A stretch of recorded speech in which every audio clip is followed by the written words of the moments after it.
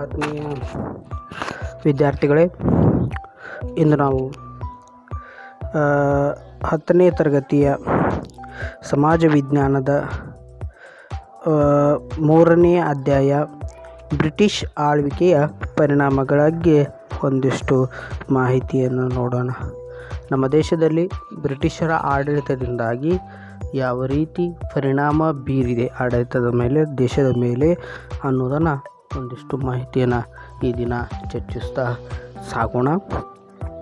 British East India ಕಂಪನಿಯು ಆರಂಭದಲ್ಲಿ ಕೇವಲ ವ್ಯಾಪಾರ ಕಂಪನಿಯಾಗಿ ನಮ್ಮ ದೇಶಕ್ಕೆ ಬಂದಿತ್ತು.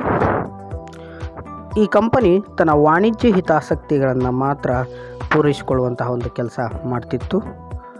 ನೂರಾರು ರಾಜಮನೆತನಗಳಲ್ಲಿ ಹಂಚಿ ಹೋಗಿದ್ದ ನಮ್ಮ ದೇಶದ ಪರಿಸ್ಥಿತಿಯನ್ನು, ಭಾರತದ ಪರಿಸ್ಥಿತಿಯನ್ನು ಅವಲೋಕಿಸಿದ ಬ್ರಿಟಿಷರು ಆ ಪರಿಸ್ಥಿತಿಯನ್ನು ತಮ್ಮ ರಾಜಕೀಯ ಏಳಿಗೆಗಾಗಿ ಬಳಸ್ಕೊಳ್ತಾರೆ. ಪರಸ್ಪರ ಕಚ್ಚಾಡುತ್ತಿದ್ದ ರಾಜರ ನಡುವೆ ಒಡೆದು ಆಳುವ ನೀತಿಯನ್ನು ಬಳಸಿಕೊಂಡ ಅವರೆಲ್ಲರೂ ಕ್ರಮೇಣ ತಮ್ಮ ಆಧಿಪತ್ಯಕ್ಕೆ ತೆಗೆದುಕೊಂಡರು.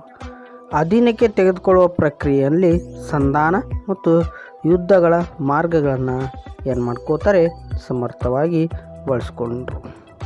ವಿವಿಧ ಉಪಾಯಗಳನ್ನು ಬಳಸಿ ಭಾರತವನ್ನು ರಾಜಕೀಯವಾಗಿ ತಮ್ಮ ಅಧೀನಕ್ಕೆ ತೆಗೆದುಕೊಂಡ ನಂತರ ಅದನ್ನು ಶಾಶ್ವತವಾಗಿ ತಮ್ಮಲ್ಲಿ ಹೇಗೆ ಉಳಿಸಿಕೊಳ್ಬೇಕೆಂಬುದನ್ನು ಆಲೋಚಿಸತೊಡಗಿದರು. ಭಾರತ ಒಂದು ದೇಶದ ಸಾಮೂಹಿಕ ಕಲ್ಪನೆಯು ಆ ಸಂದರ್ಭದಲ್ಲಿ ಇದ್ದಿದ್ದಿಲ್ಲ. ಆ ಸಂದರ್ಭದಲ್ಲಿ ವಿವಿಧ ರಾಜ್ಯಾಡಳಿತಗಳಲ್ಲಿ ಹಂಚಿ ಹೋಗಿತ್ತು. ಅನೇಕ ರಾಜರುಗಳನ್ನು ವಿವಿಧ ಕಾರಣಗಳಿಂದ ಒಂದುಗೂಡಿಸಿ ಬ್ರಿಟಿಷರ ಏಕರೂಪ ರಾಜಕೀಯ ವ್ಯವಸ್ಥೆಗೆ, ಏಕರೂಪ ಆಡಳಿತ ವ್ಯವಸ್ಥೆಗೆ ಒಳಪಡಿಸಿದರು.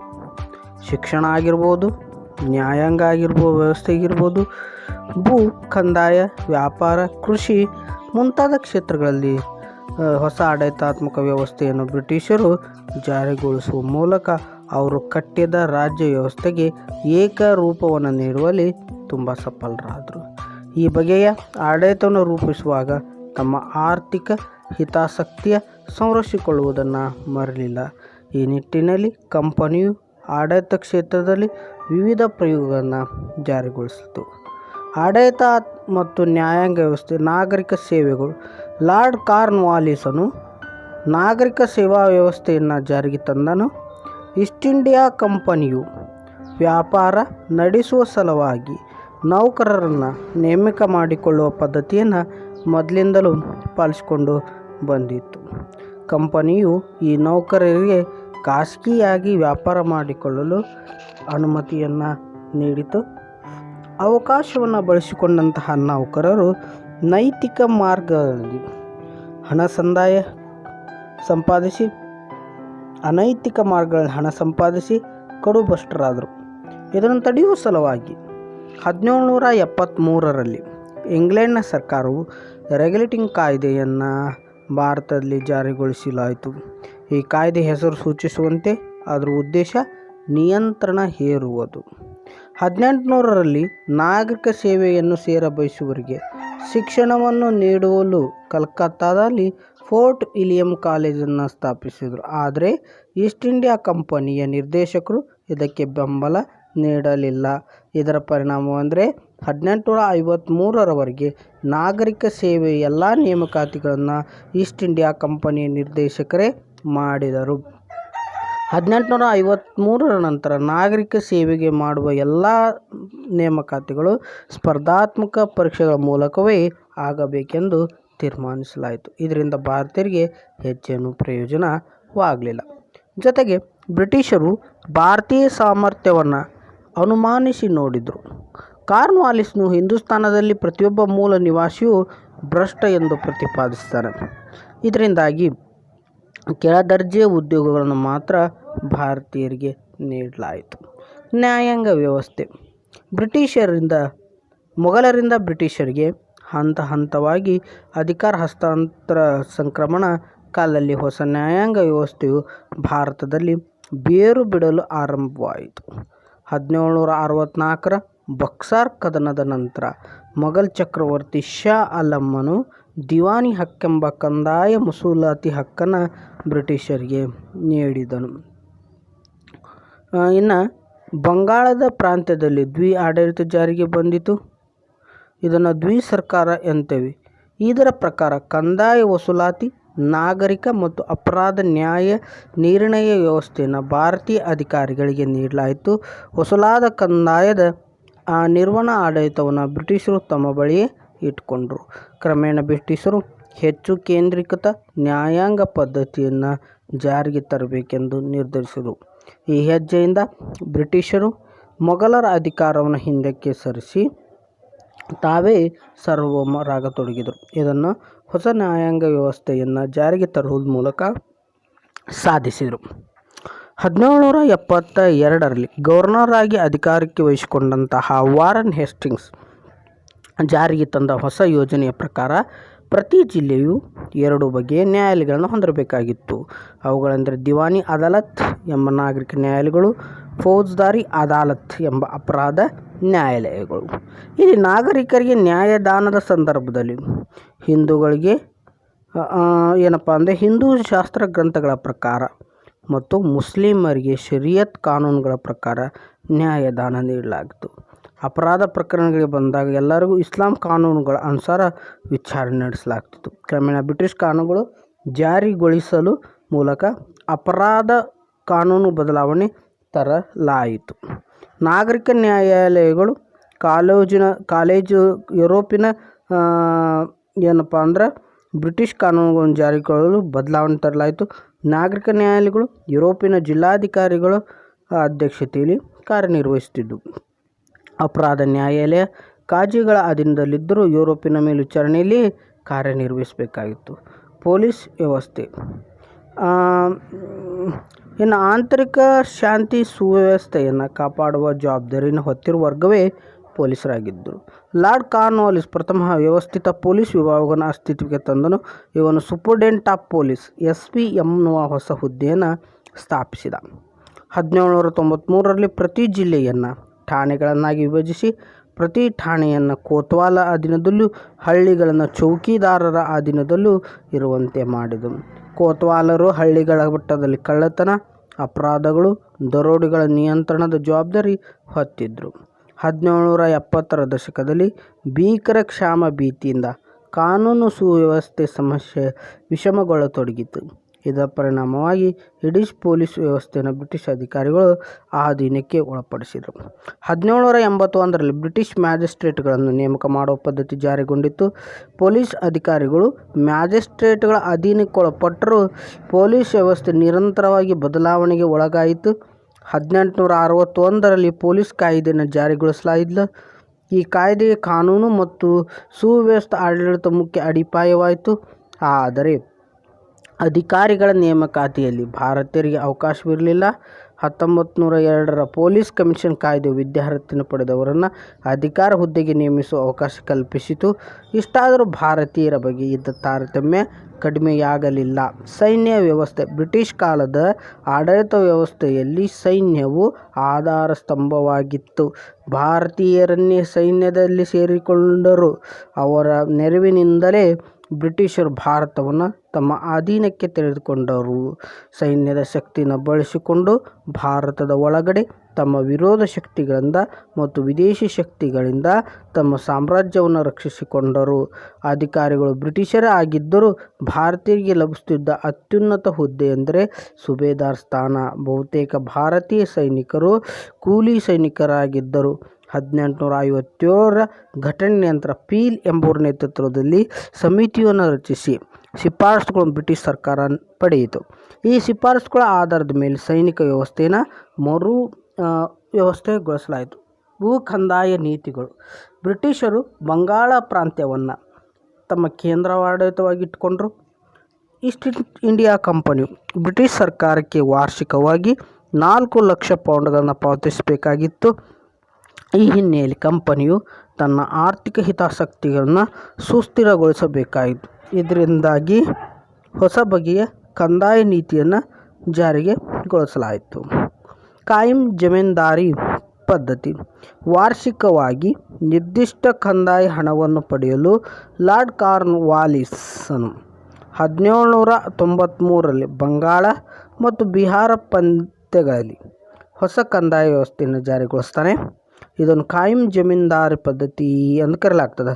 ಪ್ರತಿ ವರ್ಷವೂ ಈ ಪದ್ಧತಿಯಲ್ಲಿ ಜಮೀನ್ದಾರರು ಭೂಮಾಲೀಕನಾದನು. ಈ ಹೊಸ ಯೋಜನೆ ಪ್ರಕಾರ ಜಮೀನ್ದಾರನು ಪ್ರತಿ ವರ್ಷ ನಿರ್ದಿಷ್ಟ ದಿನಕ್ಕೆ ಮೊದಲೇ ಅವನು ಒಪ್ಪಿಕೊಂಡಿದ್ದ ಕಂದಾಯದ ಮೊತ್ತವನ್ನು ಸರ್ಕಾರಕ್ಕೆ ಸಲ್ಲಿಸಬೇಕಾಯಿತು. ಭೂಮಾಲೀಕರಿಗೆ ಈ ಪದ್ಧತಿ ಹೆಚ್ಚಿನ ಲಾಭವಾಯಿತು, ಏಕೆಂದರೆ ಸರ್ಕಾರಕ್ಕೆ ಸಲ್ಲಿಸಬೇಕಾದ ಹಣದ ಮೊತ್ತಕ್ಕಿಂತಲೂ ಹೆಚ್ಚಿಗೆ ವಸೂಲು ಮಾಡಿದ ಹಣವನ್ನು ಅವನೇ ಇಟ್ಟುಕೊಳ್ಳಬಹುದಾಯಿತು. ಬರಗಾಲ, ಅನಾವೃಷ್ಟಿ ಅಥವಾ ವಿಪರೀತ ಅತಿವೃಷ್ಟಿ ಕಾರಣದಿಂದ ಕಂದಾಯ ವಸೂಲು ಮಾಡಲು ಸಾಧ್ಯವಾಗದೆ ಸರ್ಕಾರಕ್ಕೆ ಸಲ್ಲಿಸಬೇಕಾದ ಹಣದ ಮೊತ್ತವನ್ನು ಸಲ್ಲಿಸಲಾಗದಿದ್ದಲ್ಲಿ ಬ್ರಿಟಿಷ್ ಸರ್ಕಾರವು ಭೂಮಿಯ ಒಡೆತನವನ್ನು ಅವನಿಂದ ಕಸಿದುಕೊಳ್ಳಲಾಗ್ತಿತ್ತು. ಈ ಪದ್ಧತಿಯಿಂದ ಬ್ರಿಟಿಷರಿಗೆ ಮತ್ತು ಜಮೀನ್ದಾರಿಗೆ ಲಾಭವಾಯಿತು ವಿನಃ ರೈತನಿಗಾಗಲಿಲ್ಲ. ಬ್ರಿಟಿಷರು ತಮಗೆ ನೇರವಾಗಿ ಹೊಸ ಸಾಮಾಜಿಕ ವರ್ಗದ ಜಮೀನ್ದಾರರನ್ನು ಸೃಷ್ಟಿ ಮಾಡಿದರು. ರೈತ ಕೂಲಿ ಕಾರ್ಮಿಕರು ಜಮೀನ್ದಾರರ ಭೂಮಿಯಲ್ಲಿ ಕೆಲಸ ಮಾಡಲು ನಿರಂತರ ಅವಕಾಶಗಳು ಸಿಗದೆ ಬಹುಮುಖಿ ಶೋಷಣೆಗೆ ಒಳಗಾದರು. ಅತಂತ್ರ ಸ್ಥಿತಿಯಲ್ಲಿ ಬದುಕನ್ನು ಕಳೆದುಕೊಂಡರು. ಈ ಪದ್ಧತಿ ಕ್ರಮೇಣ ಒರಿಸ್ಸಾ ಮತ್ತು ಆಂಧ್ರ, ವಾರಣಾಸಿ ಪ್ರಾಂತ್ಯಗಳಲ್ಲಿ ವಿಸ್ತರಣೆ ಆಯಿತು. ಚಾರ್ಲ್ಸ್ ಮೆಟಕಾಫ್ ಹೇಳುವಂತೆ ಬ್ರಿಟಿಷ್ ಕಂದಾಯ ನೀತಿಗಳಿಂದ ಭಾರತ ರೈತರು ಸಾಲದಲ್ಲೇ ಹುಟ್ಟಿ, ಸಾಲದಲ್ಲೇ ಬದುಕಿ, ಸಾಲದಲ್ಲೇ ಸತ್ತರು. ಮಹಲ್ವಾರಿ ಪದ್ಧತಿ ಉತ್ತರ ಪ್ರದೇಶ, ಮಧ್ಯಪ್ರದೇಶ, ಅನೇಕ ಭಾಗಗಳಲ್ಲಿ, ಪಂಜಾಬ್ ಆಗಿರ್ಬೋದು, ದೆಹಲಿ ಪ್ರಾಂತ್ಯಗಳಲ್ಲಿ ಮೊಹಲ್ಲಾಗಳೇ ಸಾಮೂಹಿಕ ಒಪ್ಪಂದವನ್ನು ಮಾಡಿಕೊಂಡು ಸರ್ಕಾರಕ್ಕೆ ತೆರಿಗೆ ಸಲ್ಲಿಸುವ ಪದ್ಧತಿಯನ್ನು ಜಾರಿಗೆ ತರಲಾಯಿತು. ಈ ಪದ್ಧತಿನ ಆರ್.ಎಂ. ಬರ್ಡ್ ಮತ್ತು ಜೇಮ್ಸ್ ಥಾಮ್ಸನ್ ಪ್ರಯೋಗಿಸಿದರು. ಮಹಲ್ ಎಂದರೆ ತಾಲೂಕು ಎಂದರ್ಥ. ಪ್ರಾಂತ್ಯದಿಂದ ಪ್ರಾಂತ್ಯಕ್ಕೆ ಈ ಪದ್ಧತಿ ಅನುಷ್ಠಾನದಲ್ಲಿ ವ್ಯತ್ಯಾಸಗಳಿದ್ದವು. ದೊಡ್ಡ ಮತ್ತು ಸಣ್ಣ ಪ್ರಮಾಣದ ಜಮೀನ್ದಾರರು ಈ ಪದ್ಧತಿಯ ಭಾಗವಾಗಿದ್ದರು. ಕಂಪನಿಯು ಸರ್ಕಾರದ ಅಧಿಕಾರಿಗಳು ಮತ್ತು ಜಮೀನಿನಲ್ಲಿ ಆಗುವ ಉತ್ಪಾದನೆಗಿಂತ ಹೆಚ್ಚಿನ ಮೊತ್ತದ ವಾರ್ಷಿಕ ಪಾವತಿಗಳನ್ನು ನಿರ್ಧರಿಸಿದ್ದರಿಂದ ಅನೇಕ ಜಮೀನ್ದಾರರು ತಮ್ಮ ಭೂ ಮಾಲೀಕತ್ವವನ್ನು ಕಳೆದುಕೊಳ್ತಾರೆ.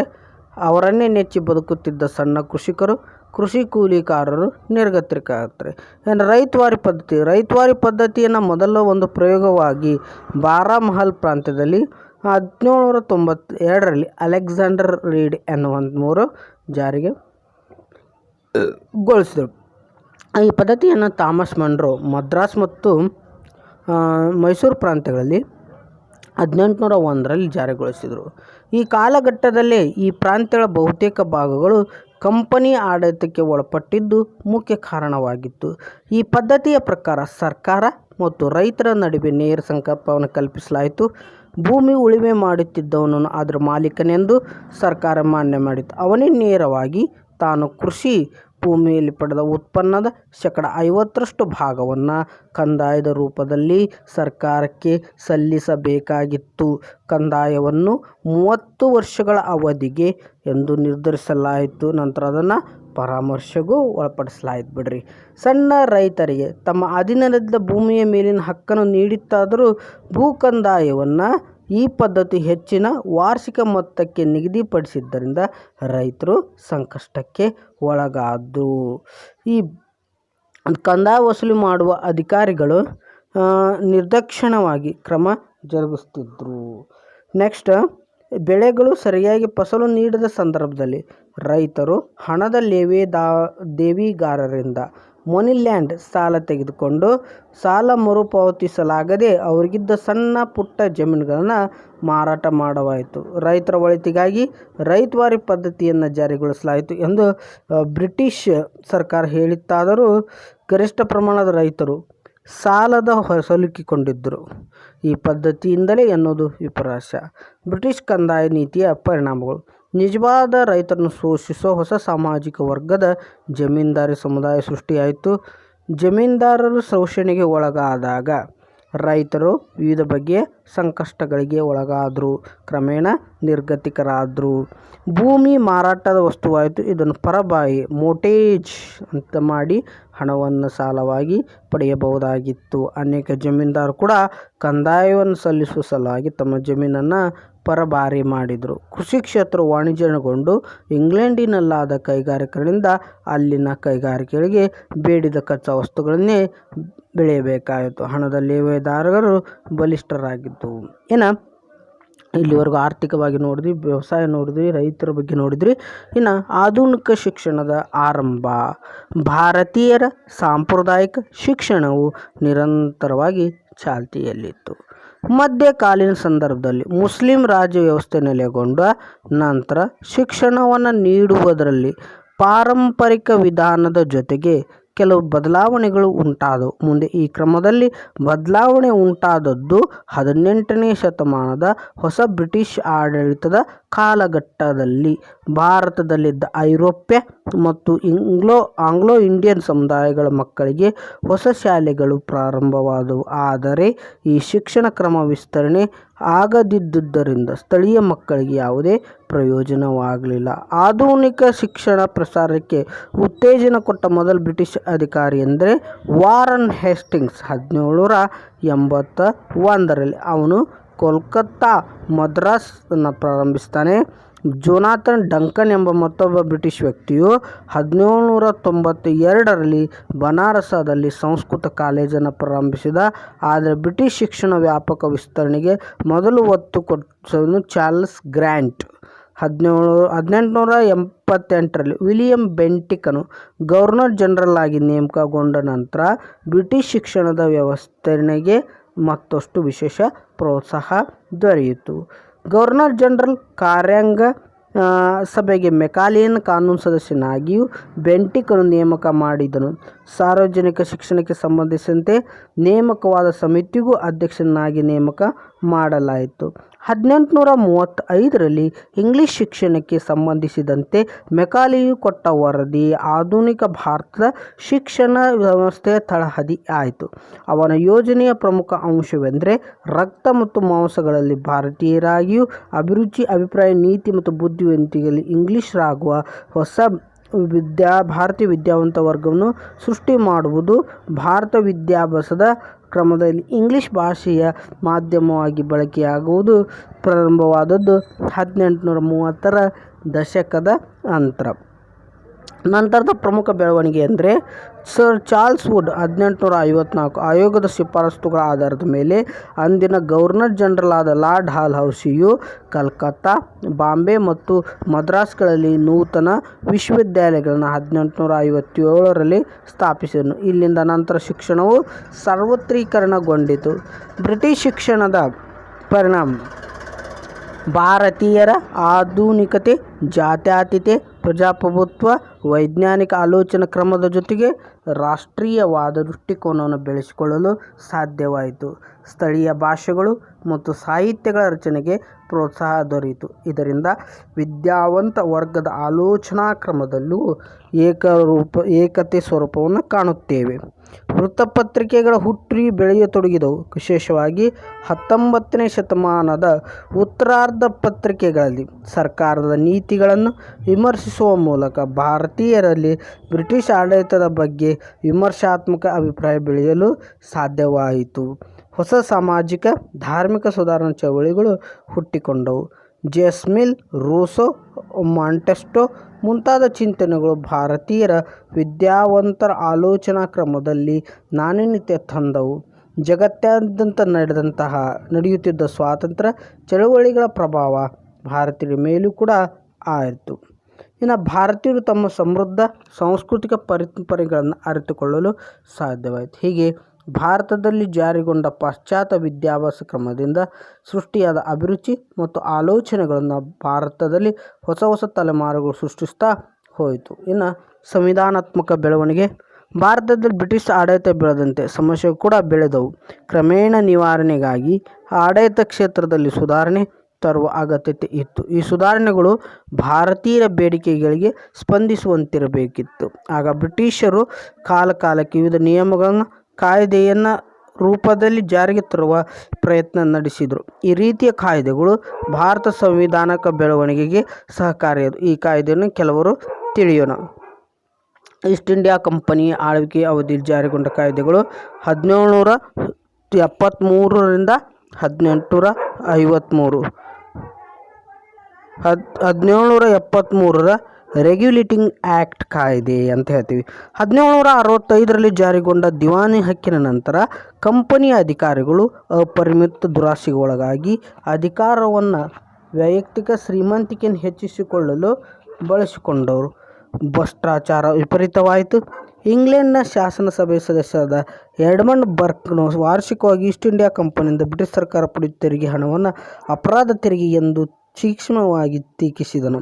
ಕಂಪನಿಯ ಅಧಿಕಾರಿಗಳು ಭಾರತದಲ್ಲಿ ನಡೆಯುತ್ತಿರುವ ಅನೈತಿಕ ವ್ಯವಹಾರ ಗೊತ್ತಿದ್ದರೂ ಯಾವುದೇ ಕ್ರಮವನ್ನು ಜರುಗಿಸದೆ ಸುಮ್ಮನಿದ್ದುದು ಅವನು ಹೀಗೆ ಹೇಳಲು ಕಾರಣವಾಗಿತ್ತು. ಹಣ ಸಂಪಾದಿಸಿದ ಹಣದ ಪ್ರಮಾಣ ಎಷ್ಟಿತ್ತೆಂದರೆ ಇಂಗ್ಲೆಂಡ್ ರಾಜಕೀಯ ವ್ಯವಸ್ಥೆಯನ್ನು ಬುಡಮೇಲು ಮಾಡಬಹುದೆನ್ನುವ ಆತಂಕ ಇಂಗ್ಲೆಂಡ್ನಲ್ಲಿ ಅನೇಕರಿಗಿತ್ತು. ಈ ಹಿನ್ನೆಲೆ ರೆಗ್ಯುಲೇಟ್ ಕಾಯ್ದೆ 1773ರಲ್ಲಿ ಜಾರಿಗೆ ತರಲಾಯಿತು. ಕಾಯ್ದೆಯ ಪ್ರಮುಖ ಲಕ್ಷಣವು ಈ ಕಾಯ್ದೆ ಜಾರಿಗೆ ಬರುವ ಪೂರ್ವದಲ್ಲಿ ಬ್ರಿಟಿಷರು ಅಧೀನದಲ್ಲಿದ್ದ ಪ್ರಾಂತ್ಯಗಳನ್ನು 3 ಪ್ರೆಸಿಡೆನ್ಸಿಗಳಾಗಿ ವಿಂಗಡಿಸಲಾಗಿತ್ತು. ಅವುಗಳೆಂದರೆ ಬಂಗಾಳ, ಮುಂಬಯಿಯ ಮತ್ತು ಮದ್ರಾಸ್ ಪ್ರೆಸಿಡೆನ್ಸಿಗಳು.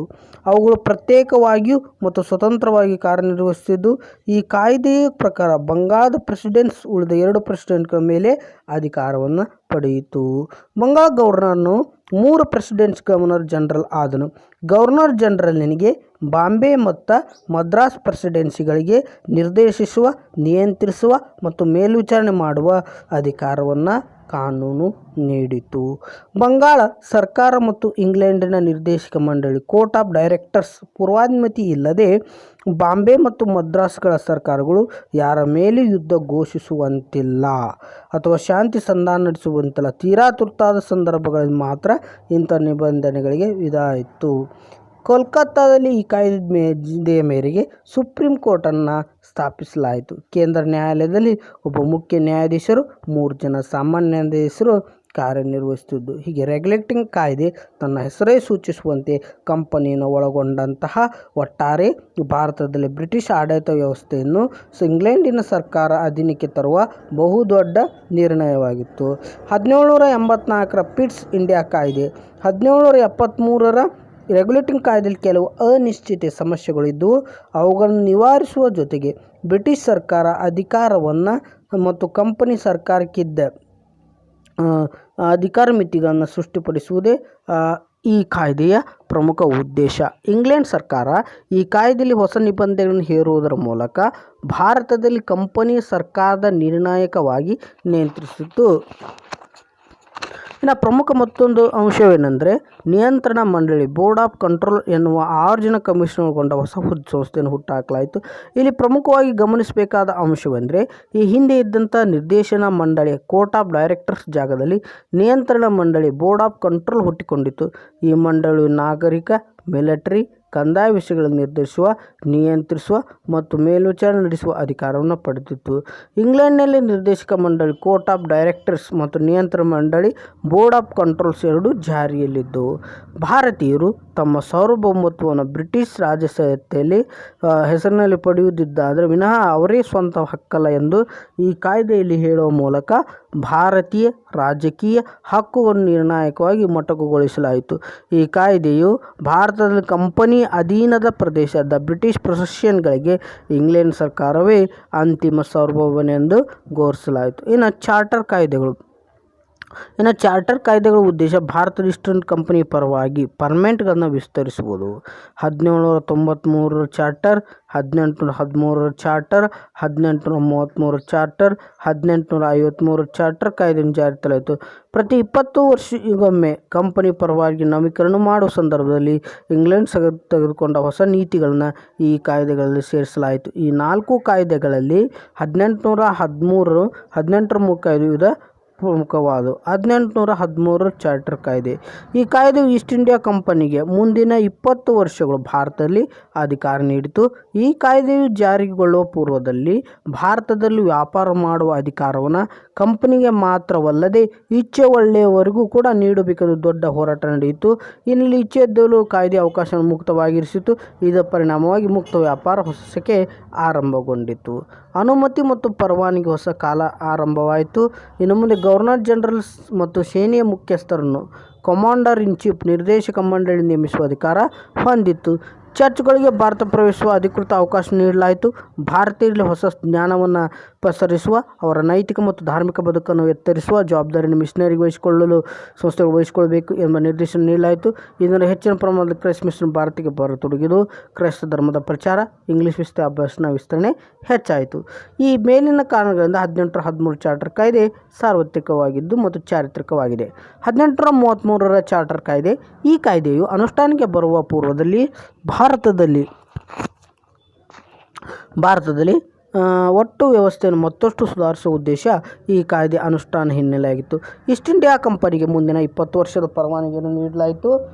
ಮತ್ತು ಈ ಕಾಯ್ದೆಯ ಪ್ರಮುಖ ಅಂಶದ ಬಂಗಾಳ ಗವರ್ನರ್ ಜನರಲ್ನು ಭಾರತದ ಗವರ್ನರ್ ಜನರಲ್ ಆಗಿ ನೇಮಕ ಮಾಡಲಾಯಿತು. ಭಾರತದ ಎಲ್ಲ ವ್ಯಾಪಾರಿ ಸರಕುಗಳು ನಿರ್ದೇಶಿಸುವ, ನಿಯಂತ್ರಿಸುವ ಮತ್ತು ಮೇಲ್ವಿಚಾರಣೆ ನಡೆಸುವ ಅಧಿಕಾರವನ್ನು ಗವರ್ನರ್ ಜನರಲ್ ಪಡೆದನು. ದೇಶೀಯ ಸಂಸ್ಥಾನಗಳ ಜೊತೆಗೆ ಯುದ್ಧ, ಶಾಂತಿ ಮತ್ತು ರಾಜತಾಂತ್ರಿಕ ಸಂಬಂಧ ಎಲ್ಲ ವಿಷಯಗಳನ್ನು ಬಂಗಾಳದ ಕೇಂದ್ರ ಸರ್ಕಾರವೇ ತೀರ್ಮಾನಿಸುವ ಹಕ್ಕನ್ನು ಹೊಂದಿತ್ತು. ಗವರ್ನರ್ ಜನರಲ್ನ ಕಾರ್ಯಾಂಗ ಸಭೆಯಲ್ಲಿ ಉಳಿದ ಸದಸ್ಯರ ಜೊತೆ ಗವರ್ನರ್ ಜನರಲ್ಗೂ ಯಾವುದಾದ್ರೂ ವಿಷಯದ ಮೇಲೆ ಒಮ್ಮತ ಮೂಡದಿದ್ದಾಗ ಅವನು ಬಹುಮತ ನಿರ್ಣಯವನ್ನು ತಿರಸ್ಕರಿಸಲು ಇದ್ದ ಕಾರಣವನ್ನು ಲಿಖಿತ ರೂಪದಲ್ಲಿ ಸಲ್ಲಿಸಬೇಕಾಯಿತು.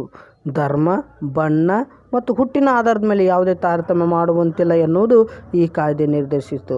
ಗವರ್ನರ್ ಜನರಲ್ ಕಾರ್ಯಾಂಗ ಸಭೆಗೆ ನ್ಯಾಯಾಂಗ ಪರಿಣಿತರನ್ನು ಸದಸ್ಯರಾಗಿ ನೇಮಕ ಮಾಡಿಕೊಳ್ಳಬೇಕಾಯಿತು. ಎಲ್ಲ ಬ್ರಿಟಿಷ್ ವ್ಯಾಪಾರಿ ಕಂಪನಿಗಳಿಗೆ ಭಾರತಕ್ಕೆ ಬರಲು ಮುಕ್ತ ಪರವಾನಗಿ ನೀಡಲಾಯಿತು. ಇನ್ನು ಈ ಕಾಯ್ದೆ 1830ರ ದಶಕ ಭಾರತ ಆಂತರಿಕ ಇಂಗ್ಲೆಂಡ್ನ ವಿವಿಧ ರಾಜಕೀಯ ವಿದ್ಯಮಾನದ ಮೇಲೆ ಬೆಳಕು ಚೆಲ್ಲಿತು. ಇನ್ನು ಬ್ರಿಟಿಷ್ ಸರ್ಕಾರದ ನೇರ ಆಳ್ವಿಕೆಯಲ್ಲಿ ಜಾರಿಗೊಂಡ ಕಾಯ್ದೆಗಳು 1858ರಿಂದ 1947. ಈಸ್ಟ್ ಇಂಡಿಯಾ ಕಂಪನಿಯು ದುರಾಡಳಿತ, ಭಾರತ ವಿರೋಧಿ ಕಾಯ್ದೆಗಳಿಂದ 1857 ಸಿಪಾಯಿ ದಂಗೆ ಸಂಭವಿಸಿತು. ಇದರಿಂದ ಕಂಪನಿ ಆಡಳಿತ ಬ್ರಿಟಿಷ್ ರಾಣಿಗೆ ಹಸ್ತಾಂತರಿಸಲಾಯಿತು. ಈ ಅವಧಿಯಲ್ಲಿ ಜಾರಿಗೆ ತಂದ ಪ್ರಮುಖ ಕಾಯ್ದೆಗಳೆಂದರೆ ಭಾರತ ಸರ್ಕಾರದ ಕಾಯ್ದೆಗಳು 1858ರಿಂದ 1861, 1892, 1909, 1919, 1935ರ ಕಾಯ್ದೆಗಳು. ಭಾರತದ ವಿವಿಧ ಕಾಲಘಟ್ಟಗಳಲ್ಲಿ ರೂಪ ತಾಳಿದ ರಾಜಕೀಯ ಬೆಳವಣಿಗೆಗಳ ಹಿನ್ನೆಲೆಯಲ್ಲಿ ಈ ಮೇಲೆ ತಿಳಿಸಿದ ಪ್ರತಿ ಕಾಯ್ದೆಯು ಚಾರಿತ್ರಿಕವಾದ ಪ್ರಾಮುಖ್ಯತೆಯನ್ನು ಅರ್ಥೈಸಿಕೊಳ್ಳಬೇಕು. ಭಾರತ ಸರ್ಕಾರದ ಕಾಯ್ದೆ 1858. ಈ ಕಾಯ್ದೆಯು 1857ರ ಸೈನಿಕ ನಾಗರಿಕ ಕ್ರಾಂತಿ ಹಿನ್ನೆಲೆಯಲ್ಲಿ ಅರ್ಥೈಸಿಕೊಳ್ಳಬೇಕಾಯಿತು. ಭಾರತವು ಬ್ರಿಟಿಷ್ ಸರ್ಕಾರದ ನೇರ ಆಳ್ವಿಕೆಗೆ ಒಳಪಡಪ್ಪಂತಾಯಿತು. ನವೆಂಬರ್ 1, 1858 ಬ್ರಿಟಿಷ್ ರಾಣಿ ವಿಕ್ಟೋರಿಯಾ ಒಂದು ಘೋಷಣೆ ಹೊರಡಿಸ್ತಾಳೆ. ತಮ್ಮ ಆಡಳಿತ ಅವಧಿಯಲ್ಲಿ ಭಾರತದ ಎಲ್ಲ ಕ್ಷೇತ್ರವನ್ನು ಅಭಿವೃದ್ಧಿಪಡಿಸಬೇಕೆಂದು ಘೋಷಿಸಿದರು. ಈ ಕಾಯ್ದೆಯ ಪ್ರಮುಖ ಅಂಶಗಳೇನೆಂದರೆ ಈಸ್ಟ್ ಇಂಡಿಯಾ ಕಂಪನಿಯು ಮಾನ್ಯತೆ ರದ್ದುಗೊಳಿಸಿ ಭಾರತವನ್ನು ರಾಣಿಯರ ಆಡಳಿತಕ್ಕೆ ವರ್ಗಾಯಿಸಲಾಯಿತು. ಗವರ್ನರ್ ಜನರಲ್ ಹುದ್ದೆಯ ಪದನಾಮವನ್ನು ಬದಲಾಯಿಸಿ ವೈಸರಾಯ್ ಎಂಬ ಪದನಾಮವನ್ನು ನೀಡಿದರು. ವೈಸರಾಯ್ ಆಗಿ ಲಾರ್ಡ್ ಕ್ಯಾನಿಂಗ್ ನೇಮಕಗೊಂಡರು. ಸೆಕ್ರೆಟರಿ ಆಫ್ ಇಂಡಿಯಾ ಸ್ಥಾನವನ್ನು ಬ್ರಿಟಿಷ್ ಸರ್ಕಾರ ಸೃಷ್ಟಿಸಿತು. ಬ್ರಿಟಿಷ್ ಮಂತ್ರಿಮಂಡಲದ ಸದಸ್ಯರಾಗಿದ್ದ ಇವರು ಭಾರತ ಆಡಳಿತ ನೋಡಿಕೊಳ್ಳುವ ಜವಾಬ್ದಾರಿ ಹೊಂದಿದ್ದರು. 4. ಇವರಿಗೆ ಸಹಾಯ ಮಾಡಲು 15 ಸದಸ್ಯರುಗೊಂಡ ಭಾರತ ಮಂಡಳಿ ಕೌನ್ಸಿಲ್ ಆಫ್ ಇಂಡಿಯಾ ಅಸ್ತಿತ್ವಕ್ಕೆ ಬಂದಿತು. ಇನ್ನು 1861ರ ಭಾರತೀಯ ಪರಿಷತ್ ಕಾಯ್ದೆ 1861. ಈ ಕಾಯ್ದೆ 1857 ಘಟನೆಯ ನಂತರ ಜಾರಿಗೊಂಡ ಪ್ರಮುಖ ಕಾಯ್ದೆಯಾಗಿದೆ. ಈ ಕಾಯ್ದೆಯ ಮೂಲಕ ಭಾರತೀಯ ಶಾಸನ ರೂಪಿಸುವ ಪ್ರಕ್ರಿಯೆ ಸ್ಥಾನವನ್ನು ಕಲ್ಪಿಸಲಾಯಿತು. ಭಾರತೀಯ ಬ್ರಿಟಿಷ್ ಬಗ್ಗೆ ತಿಳಿದಿರುವ ಅಭಿಪ್ರಾಯ ತಿಳಿಯಲು ಭಾರತೀಯರಿಗೆ ಪ್ರಾತಿನಿಧ್ಯ ನೀಡಲಾಯಿತು. ಇದನ್ನು ಇಂಗ್ಲಿಷ್ನ ಪಾಲಿಸಿ ಆಫ್ ಅಸರ್ಷನ್ ಅಂತ ಕರೀತಾರೆ. ಕಾಯ್ದೆಯ ಪ್ರಮುಖ ಅಂಶಗಳು: ವೈಸ್ರಾಯ್ ಕೌನ್ಸಿಲ್ ಭಾರತೀಯ ಅಧಿಕಾರೇತರ ಸದಸ್ಯರನ್ನು ನೇಮಕ ಮಾಡಲಾಯಿತು. ತುರ್ತು ಸಂದರ್ಭದಲ್ಲಿ ಸುಗ್ರೀವಾಜ್ಞೆ ಹೊರಡಿಸುವ ಅಧಿಕಾರವನ್ನು ಗವರ್ನರ್ ಜನರಲ್ಗೆ ನೀಡಲಾಯಿತು. 1892ರ ಭಾರತೀಯ ಪರಿಷತ್ ಕಾಯ್ದೆ. ಈ ಕಾಯ್ದೆಯು 1861ರ ಕಾಯ್ದೆಯು ಮುಂದುವರೆದ ಕಾಯ್ದೆಯಾಗಿದೆ. 1892ರ ಕಾಯ್ದೆ ಭಾರತೀಯರಿಗೆ ಶಾಸನ ಸಭೆಗಳ ಪ್ರಾತಿನಿಧ್ಯವನ್ನು ಮತ್ತಷ್ಟು ವಿಸ್ತರಿಸುವ ಕಾಂಗ್ರೆಸ್ ಸಂಘಟನೆಯ ಬ್ರಿಟಿಷ್ ಆಡಳಿತದ ಬಗ್ಗೆ ತಳೆದ ವಿಮರ್ಶಾತ್ಮಕ ನಿಲುವಿನ ಹಿನ್ನೆಲೆಯಲ್ಲಿ ಭಾರತೀಯರ ಪ್ರಾತಿನಿಧ್ಯವನ್ನು ಹೆಚ್ಚಿಸಿಕೊಳ್ಳಲಾಯಿತು. ಈ ಕಾಯ್ದೆಯ ಪ್ರಮುಖ ಅಂಶಗಳು: ಕೇಂದ್ರ ಹಾಗೂ ಪ್ರಾಂತೀಯ ಶಾಸನ ಸಭೆಗಳಲ್ಲಿ ಹೆಚ್ಚುವರಿ ಸದಸ್ಯರ ಸಂಖ್ಯೆಯನ್ನು ಅಧಿಕಗೊಳಿಸುವುದು. ಶಾಸನ ಸಭೆ ಲೆಜಿಸ್ಲೇಟಿವ್ ಕೌನ್ಸಿಲ್ ಅಧಿಕಾರವನ್ನು ಹೆಚ್ಚಿಸಿ ಅವುಗಳಲ್ಲಿ ಬಜೆಟ್ ಬಗ್ಗೆ ಚರ್ಚಿಸುವ ಅಧಿಕಾರವನ್ನು ನೀಡಲಾಯಿತು. 6 ದಿನಗಳ ಮುಂಚೆ ಮುನ್ಸೂಚನೆ ನೀಡಿ ಸಾರ್ವಜನಿಕ ಆಸಕ್ತಿಯ ವಿಷಯಗಳ ಬಗ್ಗೆ ಸರ್ಕಾರವನ್ನು ಪ್ರಶ್ನಿಸುವ ಅಧಿಕಾರ ನೀಡಲಾಯಿತು.